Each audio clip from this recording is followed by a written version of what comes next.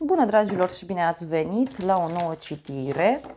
De această dată te invit la o citire generală, iar dacă ai intrat pe acest videoclip, înseamnă că ai aici cu siguranță un mesaj pentru tine.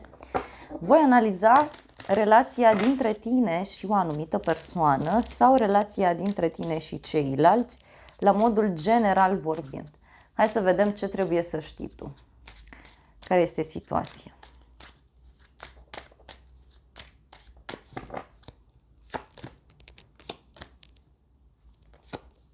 Ok. Văd că în momentul de față cealaltă persoană nu prea comunică. Da? Nu prea comunică, este foarte gânditoare în legătură cu o situație în care tu ești foarte hotărât sau foarte hotărâtă. Da? Știi foarte bine ce vrei și cealaltă persoană se cam teme sau nu prea știe ce să facă. Te afli într-o perioadă a vieții tale în care a ieșit o lumină în fața ta, ți se arată așa anumite dovezi, cum că lucrurile pot merge într-o direcție mult mai pozitivă. Bun, văd aici că s-a stabilizat o situație. Văd o bucurie care durează de mult timp sau o bucurie care va mai dura. Este legată de un succes, de o bucurie. Soarele poate să vorbească despre o legătură cu zodia Leu. Pentru alții văd aici o bucurie în legătură cu ideea aceasta că relația s-a clarificat sau situația dintre voi s-a clarificat. Soarele, da, este urmat de 2 de cupe, care vorbește despre o întâlnire pe care ai avut-o recent sau o întâlnire pe care urmează să o ai. Un mesaj foarte rapid pe care ți-l poate oferi această persoană. Te poate suna, îți poate da mesaj, dar văd aici clar o întâlnire. Pentru tine avem Steaua, care este momentan singura arcană majoră, împreună cu Soarele.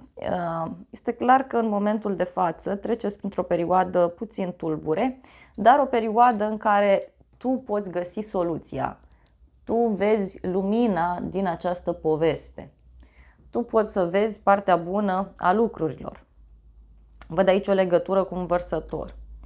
Faptul că vrei să schimbi ceva în viața ta este bine. Faptul că ai o speranță este la fel bine. Văd că tu ești foarte sigur pe tine. Știi foarte bine ce vrei de la această persoană, însă parcă a apărut oarecum monotonia pentru tine. Ți se pare că ceva se mișcă foarte greu în viața ta personală. Ți se pare că lucrurile merg într-o anumită direcție. Nu știu ce merge greu, dar ceva merge greu. Poate relația. Cealaltă persoană văd că în momentul de față nu prea comunică.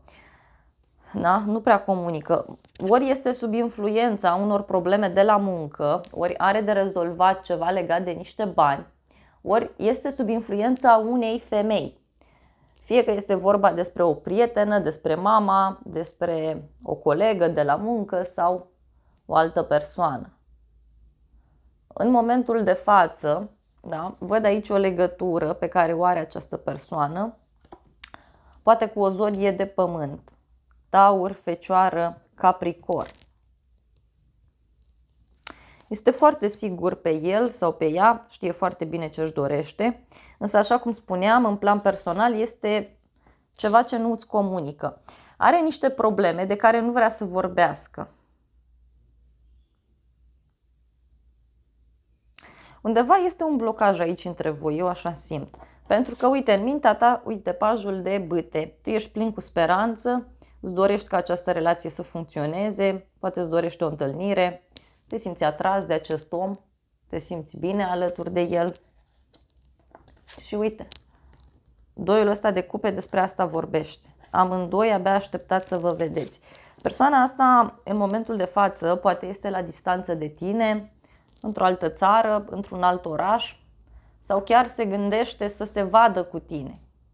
Poate să fie preocupat de o mașină sau de o călătorie pe care o are de făcut. Oricum ar fi, se gândește să vină către tine. Hai să vedem în viitorul apropiat, avem un 5 de spade, o ceartă care poate apărea sau o nedreptate între voi. Poate să fie și un compromis pe care sunteți gata să-l faceți împreună. Hai să vedem despre ce este vorba. Văd aici că în viitorul apropiat tu te vei preocupa foarte mult de zona cumpărăturilor, deci vei cumpăra lucruri, sau văd că te vei pregăti pentru donații, pentru cadouri. Te ocupi cu ceva de genul acesta în viitorul apropiat. Încerci să-ți găsești un echilibru, parcă o să fie nevoie să te împarți între două case, două locuri de muncă. Va fi nevoie să-ți dai energia în două părți. Dar te văd și puțin așa gânditor în legătură cu situația voastră. Cealaltă persoană, 7 de bâte. Persoana asta are parte de o bucurie în viitorul apropiat, dar va fi și într-o situație în care va încerca să se apere. Așa cum spuneam, mai poate apărea o ceartă sau o discuție. Încearcă să se apere în legătură cu poziția lui sau în legătură cu poziția ei din momentul de față. Poate să reprezinte și gelozie. 7 de monede, uite. Se pare că în viitorul apropiat trecutul revine în viața ta. Stai și analizezi ce s-a întâmplat în ultima perioadă, în ultimii ani, în relația asta. Poate chiar ai obosit să aștepți și văd aici că vei lua atitudine. Da? Cealaltă persoană, uite, temperanța. Dacă sunteți despărțiți, cealaltă persoană poate avea o inițiativă de împăcare, dar pe tine nu te mai văd chiar atât de entuziasmat, atât de surprins. Poate e doar așa, o zi, două. Temperanța vorbește despre o legătură cu un săgetător, dar poate să-ți spună și despre faptul că în viitorul apropiat această persoană va avea niște probleme personale, așa cum îți spuneam, din nou ideea de dualitate, nu știu despre ce e vorba. Prietenii îl influențează, familia sau mai are pe cineva, nu știu. Temperanța aici vine și spune clar că această persoană în viitorul apropiat nu se va simți atât de bine în situația asta. Va încerca să aducă echilibrul, va încerca să te împace. Pe de o parte îi va face plăcere, pe de altă parte îl văd aici trist. Deci va fi foarte indecis. Uite, spânzuratul, o legătură cu un pește. Așa cum am intuit, persoana asta are niște probleme de care nu îți spune și care vor ieși la iveală în următoarea perioadă. Deci tu vei afla de ele. Spânzuratul vorbește despre un blocaj pe care această persoană îl simte. Poate să fie chiar și niște probleme pe care le are. Încearcă să te vadă dintr-o altă perspectivă, nu vrea să-ți dea drumul, nu știu, parcă nu se mai încadrează tiparelor tale. Da? 4 de spade, păi aici se va pune foarte serios problema unei pauze în relație sau unei despărțiri. Poate, cine știe, vă gândiți serios să faceți o vacanță împreună, să mergeți undeva împreună, să fiți împreună, să faceți ceva. Dar, repet, totuși văd această nedreptate pe care tu o simți și, repet, ceva funcționează foarte greu între voi. Comunicarea, relația, nu merg lucrurile, ceva nu este în regulă aici. Simt că unii dintre voi ați întrebat de o veche relație. Lăsați vechea relație acolo. Lăsați vechea relație acolo. Ascultați de voi, de intuiția voastră, de ceea ce vă doriți. Da? 5 de monede, da, aici poate să fie o răceală în relație, poate să fie chiar o despărțire pentru unii dintre voi, dar văd și o problemă a relației. Salvarea vine din zona spirituală pentru cei mai mulți dintre voi. O problemă vă poate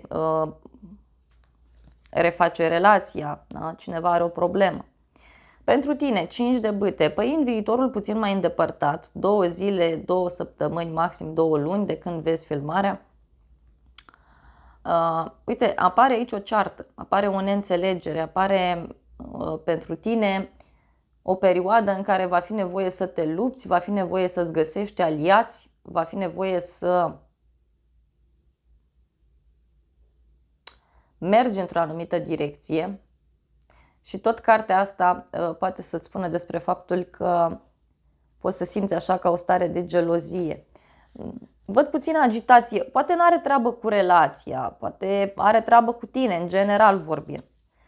Celălalt, nebunul, wow, păi cealaltă persoană îți va face niște surprize, da? Sau poate chiar se întâmplă niște lucruri legate de un copil sau legate de un nou proiect, pentru că, uite, nebunul și cu soarele de aici au în comun ideea de copil, ideea de bucurie, de proiect. Doi de bâte, din nou această stare de așteptare, această stare de oboseală pe de altă parte. Se răcește relația sau nu știu, văd aici că, uite, parcă îți faci planuri pentru viitor cu omul ăsta sau spui, uite ce planuri mi-am făcut și de fapt ele nu se mai materializează. Vreau să văd cealaltă persoană, 9 de cupe. Nu știu, pentru cealaltă persoană e cu bucurie, e ceva ce vă bucură, ceva ce vă place.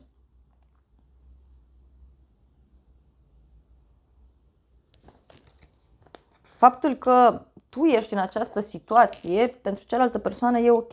Uite, 9 de bâte, dar văd că se simte destul de obosit sau se va simți destul de temător.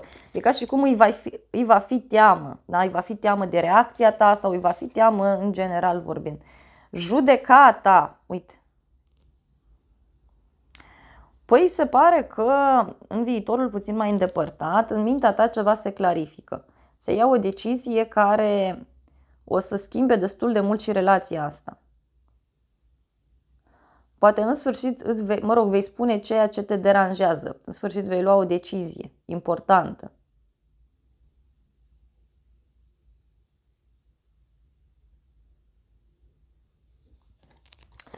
Vreau să clarificăm puțin aici despre ce este vorba. Da, dacă ești bărbat, e ceva legat de această femeie. Da? Și uite, este ceva legat de bani, de bunăstare. Deci poate să fie o perioadă puțin mai rece din punctul ăsta de vedere. Uite, văd o supărare legată de o femeie. Poate să fie ceva legat de un drum, de o călătorie, o vacanță, o mașină. Niște probleme care apar aici.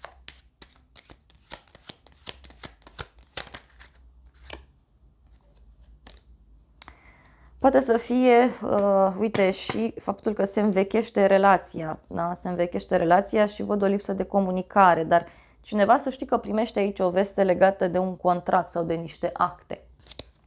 Ok. Hai să vedem cealaltă persoană cu nebunul, ce face, pentru că e important ce se întâmplă acolo. Wow, păi cealaltă persoană trece printr-o transformare mare, printr-o închidere, nu mai poate. Deci închide ceva, află ceva din casă sau cineva din casă află ceva și este un scandal acolo. Da? Cartea dragostei. Persoana asta, uite, va trece prin niște transformări mari, legate de o închidere, transformări legate de un proces, de o justiție, de o persoană cu uniformă. Hai să vedem pentru tine ce e cu așteptarea asta. Este ceva ce tu îți dorești. Deci, nu știu, unii nu prea o să plecați din povestea asta, cu toate că vă agită foarte mult ceea ce se întâmplă, pentru că vi se pare nedrept. Hai să vedem ce e cu agitația asta la tine în viitor. Da, poate să fie, uite, ceva legat de o nouă persoană, care ori apare în viața ta, ori în viața celuilalt. Dar văd și o nouă pasiune. Da? Și o nouă pasiune. Dacă îți dorești un copil, vezi că ai niște surprize aici. Da? Copilul apare fără să vrei sau fără să-ți dai seama. Ce vei spune tu? Tu vei încerca să ajuți această persoană, pentru că va avea niște probleme foarte, foarte mari, repet. Sau un cuplu din viața lui sau din viața ei va avea niște probleme. Părinții, niște rude, niște prieteni, nu știu. Celelalte persoane parcă este teamă aici, în viitorul apropiat. Este teamă, da, ca tu să nu fugi, este teamă să ajungeți la mai mult de atât. Și hai să vedem puțin în viitor cum va fi situația. Relația, el sau ea, a sărit cartea. Asta e cartea și hai să vedem pentru tine. Bun. Nu cred, da.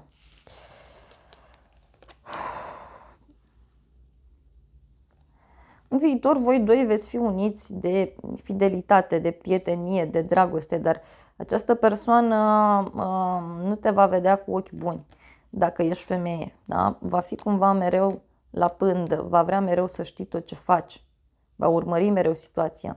Iar pe tine ca femeie te văd cu el mereu în minte, în gând. Dacă ești bărbat, vezi că cealaltă persoană, da, la fel, nu știu, e mai geloasă sau are tot felul de porniri din acestea. Pentru că, repet, aici sunt niște probleme care vor apărea într-un mod surprinzător, legate de o persoană cu uniformă, legate de o justiție, de niște acte sau de o decizie. Da, hai să vedem și sfatul îngerilor, ce sfat ți se oferă ție. Hopa! Copil! Viața ta de cuplu sau viața ta personală este afectată de către un copil sau de copii. Hai să vedem celălalt.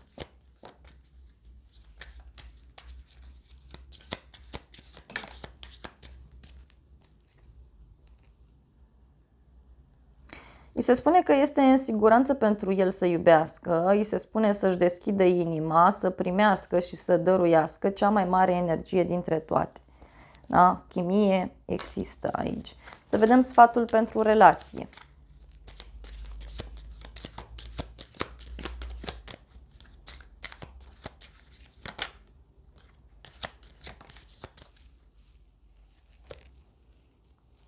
Sfatul pentru relație este ca cineva să părăsească fostul sau fosta, adică ori să nu se mai gândească la fosta relație, ori sfatul aici este ca cineva să își clarifice problemele.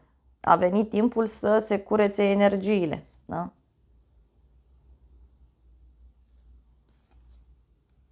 Cineva trebuie să facă un efort pentru această nouă iubire. Da. Dragilor, cam acestea au fost previziunile de această dată. Eu îți mulțumesc pentru atenție, te îmbrățișez cu drag, îți mulțumesc pentru vizionare și să ne revedem cu bine la o altă filmare. Nu uita să te abonezi, să apeși clopoțelul, apasă butonul de like, funcții gratuite pentru toți și de asemenea te invit cu drag la încă o altă citire dacă vrei să mai vizionezi. Eu îți doresc să ai parte de o zi sau de o seară cât mai frumoasă.